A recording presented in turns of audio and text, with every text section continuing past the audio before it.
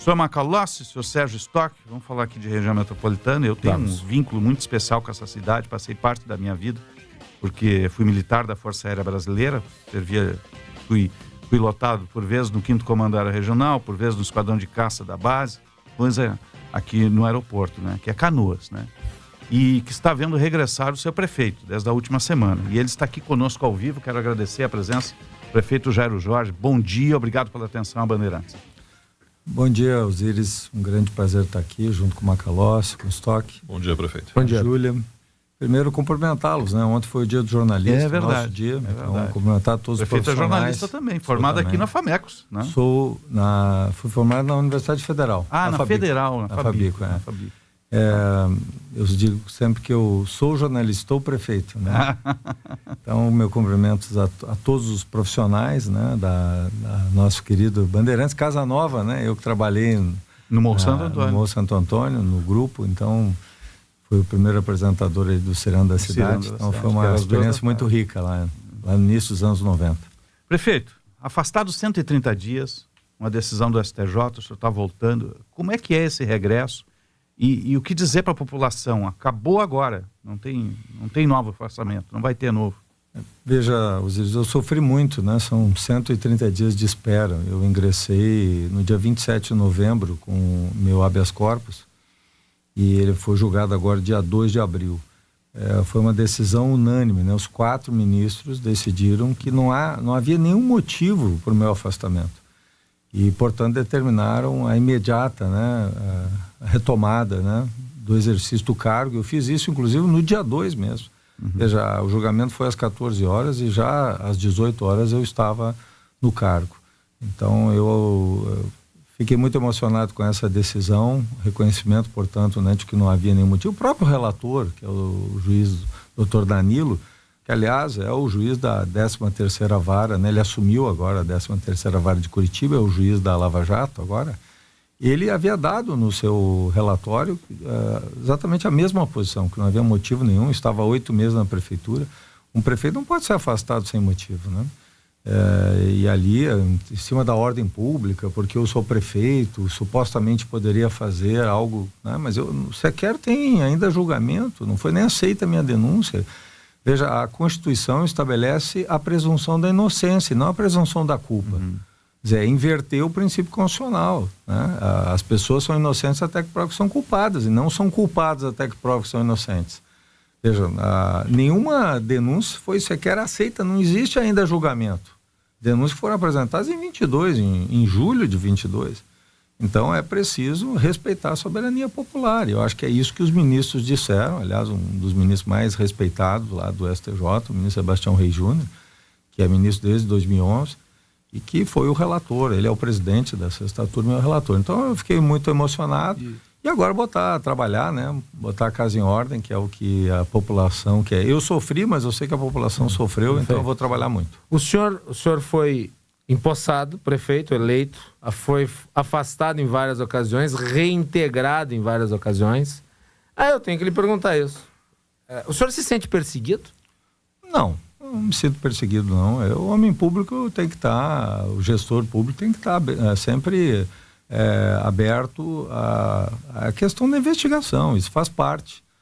Eu, graças a Deus, todos os processos que eu fui julgado, eu fui inocentado. Então, é essa consciência. Mas é óbvio que houve um processo de judicialização. Meus adversários, meus inimigos, eles entenderam que a política caminharia para a judicialização e colocaram mais de 250 processos contra mim. As mesmas pessoas iam no Tribunal de Contas, iam na Justiça Estadual, na Justiça Federal, Ministério Público Estadual, Ministério Público Federal. Às vezes eu tenho 4 processos sobre o mesmo tema. A grande maioria esmagadora desse lawfare, isso sim é guerra jurídica. Né? É método? É um método de desconstrução. Então isso é perseguição, de certa forma. Mas eu não me sinto perseguido. Isso é parte da política. O que a gente tem que fazer é ter segurança no que fez. Eu sempre digo, eu sei o que eu fiz, eu sei o que eu não fiz e eu sei o que eu quero fazer. Então você tem que ter segurança no que eu fiz. Eu sempre tive segurança. Sempre fui um prefeito corajoso, ousado, inovador. E eu pago um preço pela inovação, né?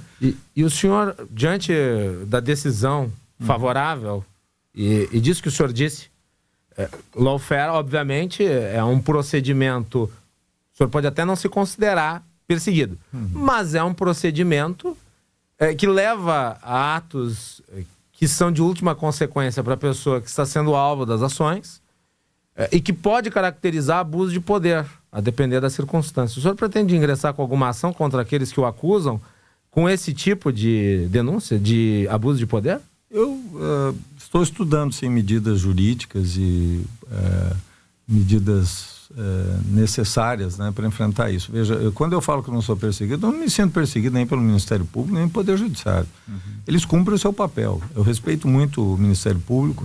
Você acredita na Justiça dos Homens? Acredito, e eu sempre digo isso, né? Você vê sempre nas minhas redes sociais, ganhando ou perdendo, eu sempre disse isso. Tem gente que fala isso quando ganha, quando perde, aí diz que, né, é perseguido. Eu não sou perseguido, não me considero perseguido pelo Poder Judiciário, nem pelo Ministério Público, mas de fato, os meus adversários, meus haters, né, para usar uma palavra aí na ordem do dia, eles de fato usaram esse caminho da judicialização. Então, por parte deles, sim, houve uma perseguição. Mas não me considero perseguido não pelas instituições. Eles cumprem o seu papel e nós temos que sempre prestar contas. Agora vamos trazer para a gestão do município, porque olhando de fora, e aqui eu vou usar uma palavra forte, né, mas é como talvez a população enxergue, parece que está uma bagunça, né, porque o senhor voltou 2 vezes e 2 vezes foi afastado, né?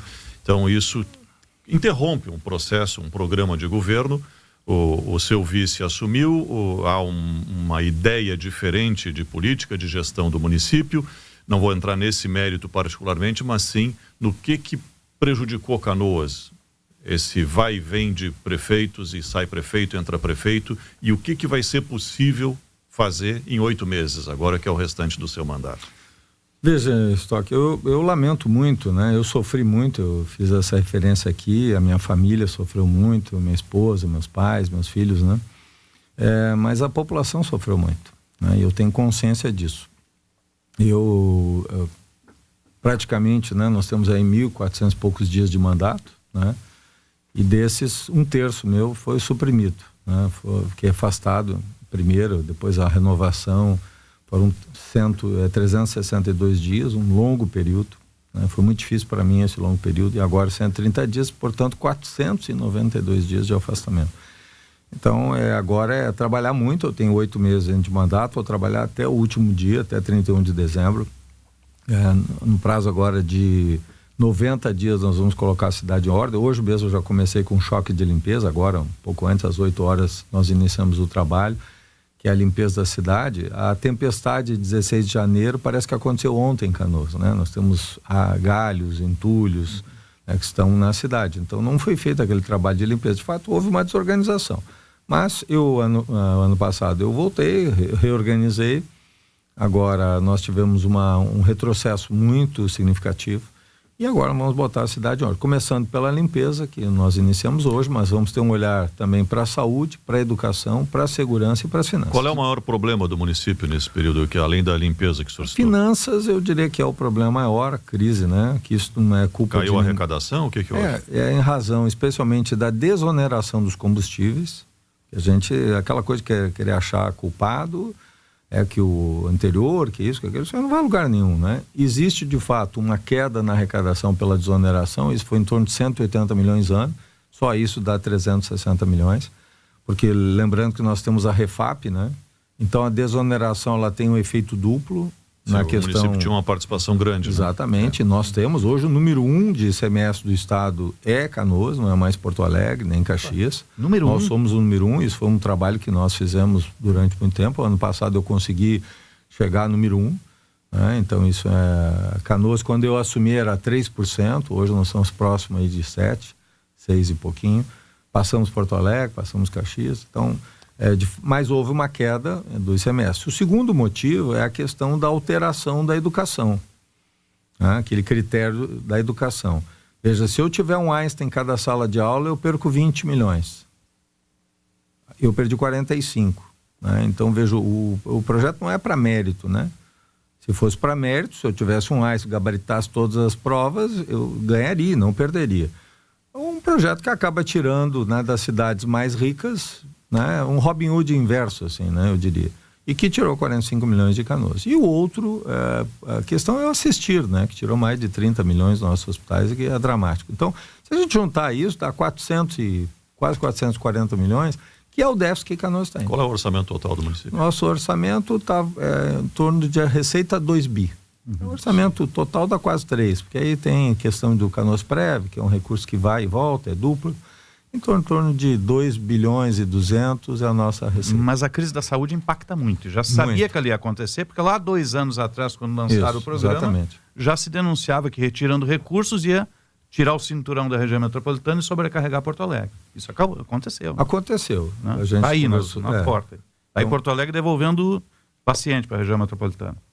E quando você tem uma desestruturação deste grande cinturão da região metropolitana de Porto Alegre, isso vai afetar o sistema de saúde como um todo. Então nós perdemos efetivamente, claro, que eu respeito muito o governador Eduardo Leite e a secretária Arita Berg, que eu tenho uma profunda admiração, considero uma das melhores gestoras na área de saúde do país. E acredito que a gente vai recompor, nós estamos em diálogo, vamos recompor. Mas a perda ocorreu e é por isso que nós temos déficit, né? Tem que explicar de onde veio esse déficit. É claro que, né, às vezes, por exemplo, concessões que foram feitas aumentaram gastos, né, em torno de 60 milhões o ano passado, e agora concederam mais 40 milhões, quase 50 milhões. Então, esses aumentos eventuais, né, teve aumento real, por exemplo, de salário o ano passado, então tudo isso acaba impactando. Ainda na economia, prefeito. Então são coisas que eu diria que talvez por inexperiência de quem estava à frente aconteceu. Mas não é esse o motivo principal. O motivo principal são esses 3 fatos que eu coloquei. Então nós vamos trabalhar para recuperar as finanças, colocar em ordem, não é fácil. Mas o déficit é de 440 milhões e isso está consignado no orçamento pela primeira vez. Eu fiz o que o Eduardo Leite tinha feito, colocar no orçamento o déficit, não esconder, não botar para debaixo do tapete. Certo. É assumir, claro, os problemas e trabalhar para recuperá-lo. E ainda na economia, o município perdeu o negócio ou deixou de atrair? Alguma empresa relevante foi embora por conta dessa situação política da prefeitura? Eu ainda não tenho esse levantamento, nós estamos trabalhando. Como eu assumi agora na terça-feira à tardinha, nós estamos fazendo um mapeamento de todas as questões, mas nós vamos verificar. Espero que não, né? E se eventualmente ocorreu alguma coisa como essa, nós vamos retomar. Se houve alguma empresa que não foi atendida, nós vamos dar toda a atenção que merece. Significa arrecadação, né? Sim. Canoas tem polo industrial ali, tem distrito industrial. E a gente tem procurado manter esse perfil industrial. Há um processo natural da região metropolitana de perder indústrias, né? Porto Alegre tem perdido, por isso essa redução do ICMS. Então nós estamos trabalhando fortemente para manter as nossas indústrias, atrair novas. Prefeito, deixa eu voltar para a questão jurídica que a mim importa muito, eu acho que os nossos ouvintes de Canoas também. Até porque nós temos uma eleição à frente, né? A eleição que ocorre em outubro. Aí eu lhe pergunto, dada a sua situação com afastamentos contabilizados, sem entrar no mérito, mas isso inegavelmente teve impacto na organização da cidade, o senhor vai concorrer à reeleição? Eu vou decidir só em julho. O calendário eleitoral estabelece que as convenções são dia 20 de julho, né? Então, a partir lá de início de julho, eu vou tomar minha decisão. O senhor vai considerar a sua própria situação jurídica para decidir? Não, porque eu não tenho nenhum impedimento, não há nenhum impedimento para eu concorrer. Quero deixar claro isso. A questão é, eu vou avaliar se o meu nome é o melhor. Eu não tenho aqui nenhum apego pessoal, não tenho vaidade. Eu sempre trabalhei com um conceito de humildade. Esse é o terceiro mandato, né? Meu terceiro mandato. Eu já concorri 4 vezes e eu fui eleito 3 vezes. O senhor teme que eventuais afastamentos ocorram novamente? Não, eu acredito que isso é uma pá de cal, né? Que a decisão, a manifestação dos ministros, veja, unanimidade. Né? Eu acho que isso coloca que todos os fatos, não há fato novo, né? Eu tenho agido corretamente. Mas vamos ao que interessa. Qual é efetivamente a denúncia? Veja, são 3 contratos. Um deles era um emergencial, na área de limpeza, porque quando eu assumi a prefeitura não tinha quem higienizasse. Você imagina, no meio da Covid, quem é que passava álcool gel? Não tinha ninguém, nem limpava banheiro, ninguém, não tinha trabalho de limpeza. Nós fizemos uma contratação emergencial. Limpeza dos hospitais, né? Não dá prefeitura, dos prédios públicos, não tem nada a ver com saúde. Aí esse contrato, houve uma falha de um diretor, ele acabou tirando um orçamento, ele foi demitido. Quando eu recebo a orientação do tribunal, a informação, eu demiti o diretor, afastei o secretário, fiz uma glosa, o tribunal mandou pagar 2.600.000 em 6 meses, né? Por mês, em 6 meses. Eu fiz uma glosa de 500 mil, paguei 2 milhões. Então, a prefeitura economizou. O contrato total era de 3 milhões, só para a gente ter essa referência. O segundo contrato é da SAMU. Veja, eu fiz uma contratação que era R$100 mil ao mês, o contrato era 600 mil no governo anterior, e eu reduzi para 500 mil. Então, a prefeitura economizou no ano 1 milhão e 200. Onde é que está o desvio? E o terceiro é o Hospital de Pronto-Socorro, que a prefeitura gastava, porque ela estava em intervenção, e eu, durante um ano eu administrei, custava 10 milhões. Aí foi feito um emergencial por 8 milhões e 200. Veja, hoje o contrato que está IACS, contrato de 60 meses, é 8 milhões e 300. Então, onde é que está o desvio? Onde é que está o sobrepreço? Se um contrato emergencial com 6 meses, que é um contrato temporário, que a gente sabe que tem rescisão, é um contrato maior, deveria ser maior, e ele é igual ao preço de um contrato de 60 mil, onde é que está o superfaturamento, onde é que está o desvio? A prefeitura economizou 2 milhões ao mês. Então é importante dizer isso, né? Porque se não se gera, eu lembro na época falar de desvios de 60 milhões, sabe? Vamos começar a trabalhar com fatos. A prefeitura economizou e não perdeu. Então eu já apresentei minha defesa prévia, está lá, eu já fiz, já mostrei que não tem dolo, não tem prejuízo ao erário público, e esses são os elementos para se ter uma ação penal. Onde é que está o dolo? Onde é que está o desvio, o prejuízo? Então é preciso colocar a coisa de forma clara, senão sempre fica sobre os políticos de uma maneira geral, a ideia é que todo mundo é ladrão, corrupto, e muitas vezes, né, a opinião pública caminha nesse sentido. Vamos fazer de forma clara e serena. E é para isso que existe o Poder Judiciário. Nas vezes que o senhor foi afastado, a Prefeitura de Canoas ficou sob os cuidados do vice, o Nedide Vargas, ou o presidente da Câmara, o Cris Moraes, aliás. Teve altercação entre os dois, uma manobra lá de posse, que até hoje eu não entendi muito bem. Como é que o senhor avalia a conduta desses agentes públicos durante o período que o senhor ficou afastado? Acho que não cabe a mim fazer juízo, né? Isso quem tem que fazer é a população, se eles administraram bem ou não. O que eu quero efetivamente à frente da gestão, fazer um bom trabalho. Não é do meu perfil ficar fazendo críticas a ninguém, né? O Osíris aqui me conhece, toco também há muitos anos, eu nunca entrei em disputa com ninguém. Verdade. E não vou entrar também com o vice-prefeito. O Brizola tem uma frase muito interessante, Macalós, que ele diz que a política ama a traição, mas abomina o traidor. Odeia uma frase famosa. Muito. Ele era um homem, sem dúvida, muito inteligente. Eu deixei de ser trabalhista no sentido do PDT, mas continuo sendo trabalhista em respeito e admiração ao Brizola, né? E ele era um homem muito inteligente, um excelente gestor. Então, continua a minha admiração por ele. Agora, e ele dizia essa frase, né? Que é uma frase emblemática na política, né? Seguindo no aspecto jurídico, o senhor está de volta ao cargo, né? Assumiu a prefeitura, provavelmente vai encerrar o mandato sem nenhuma intercorrência, mas os processos, né? O senhor citou aí 250 processos, né? Eles seguem andando, né? Eu já superei 70% desses processos, já venci e estou vencendo. Deixa eu dar um exemplo para Estoque, para você ter uma ideia. Osíris vai lembrar, eu fui candidato a governador, mas estive aqui, né, em 2018. Um dia antes da minha convenção, que ia ser lançado, veja, eu fui o único candidato e provavelmente serei por muito tempo o primeiro a fazer isso. Eu percorri todos os 497 municípios. É muito difícil alguém fazer isso. Foram 130 mil quilômetros, 3 voltas na terra para fazer isso. E eu plantei uma árvore em cada cidade para não ter dúvida que eu fui lá, né? Só para ter ideia, um dia antes da convenção, eu tive meus bens bloqueados por uma decisão TRF4. A primeira instância tinha negado, o Ministério Público recorreu e foi bloqueado meus bens. Imagina em 2018, no auge da Lava Jato, você ter os bens bloqueados, suas contas bloqueadas. Eu saí, a minha convenção foi um velório, né? Não foi eu saí derrotado, né? Veja, mesmo assim ainda eu fiz 11%, significa que 1 em cada 10 gaúchos votou em mim, fiz quase 700 mil votos. Aqui 130 mil votos em Porto Alegre, eu fiz 18% dos votos em Porto Alegre. Tive uma excelente votação, 77 mil votos em Canoas, fui mais votado que o Sartori e o Eduardo, que foram juntos, que foram para o segundo turno. Então, eu fiz uma excelente votação. Mas eu pergunto, se isso não tivesse ocorrido, qual poderia ser o resultado? Até porque no ano passado eu fui inocentado e o bloqueio acabou. Mas o senhor acha que tem uma relação aí, a sua possível vitória na eleição para governo do estado e todos esses processos? Não existe um não foi feito para isso, mas eu só saliento que isso alterou o resultado, né?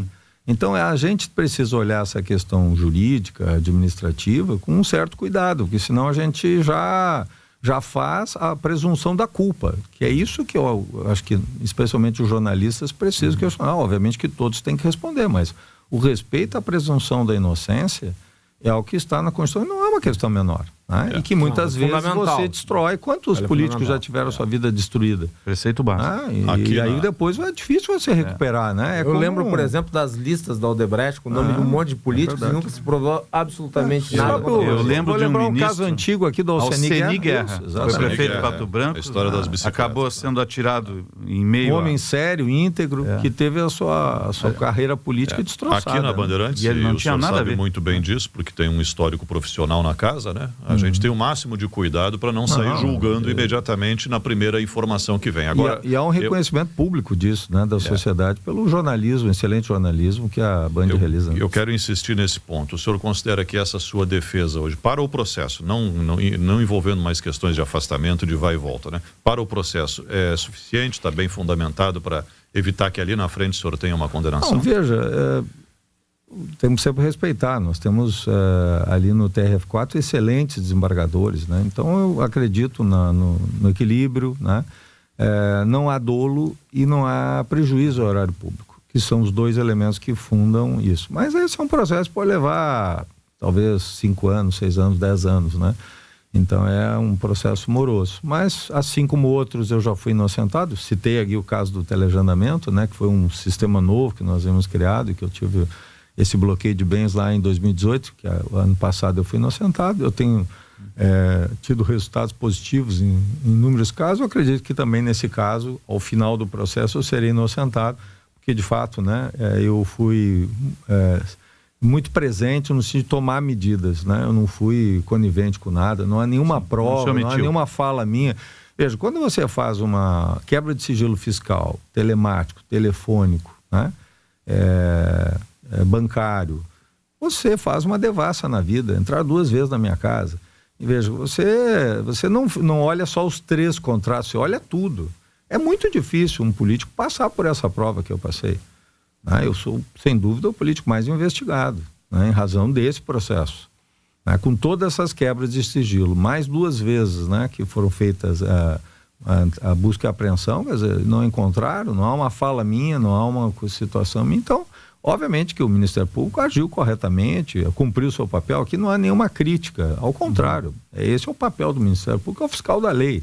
Então não há nenhum questão, inclusive é o Poder Judiciário que também está fazendo. Mas cabe a mim efetivamente prestar contas com serenidade e não temer, né? Que eu acho que a população que me conhece sabe da onde eu vim, onde eu estou, meu patrimônio, né? Eu tenho 60 anos, né? E comecei a trabalhar quando eu tinha 14. Do que depende a sua decisão de concorrer à reeleição? Eu vou avaliar, questões pessoais, familiares, né? Também isso afetou muito a minha família, afetou muito, né? Meus filhos, meus pais. Eu tenho 2 pais idosos, né? Meu pai tem 96 anos, minha mãe tem 94. Entraram na casa dos meus pais, né? 10 homens armados, policiais militares, metralhadores. Então, isso é uma coisa muito traumática, né? Absolutamente necessário, 2 idosos, né? Você imagina acordar de manhã arrombando portas, é algo muito traumático para a família, né? Mas se entrar com metralhadora arrombando porta na casa de 2 idosos constitui abuso de autoridade. Mas enfim, a gente respeita também o Poder Judiciário. Eu não quero nem de maneira alguma nem quero me vitimizar com isso. Apenas que de fato é algo traumático, né? É difícil para um idoso. Meu pai é um homem simples, operário, um homem muito humilde. Nunca teve nenhum problema, então é difícil para ele, né? Nunca a polícia, é um homem, veja, 96 anos, fazer 97, se Deus permitir, agora em maio.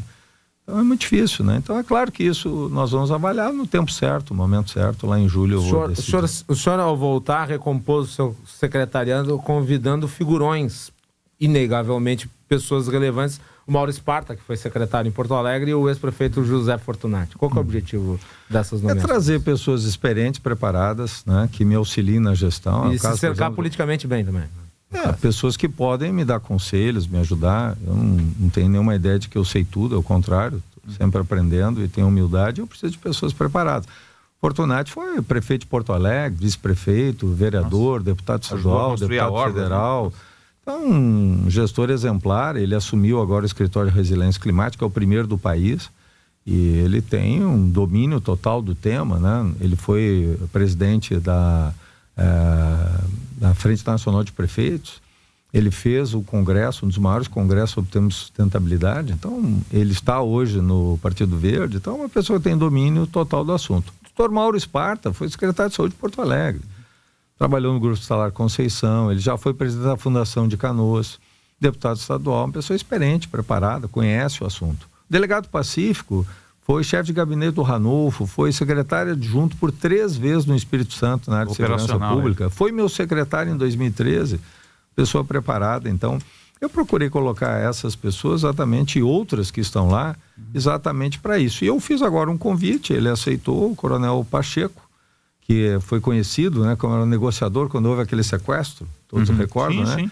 É um oficial, ele está agora na época reserva. Era major, Pacheco. Isso, ele será o meu ouvidor municipal.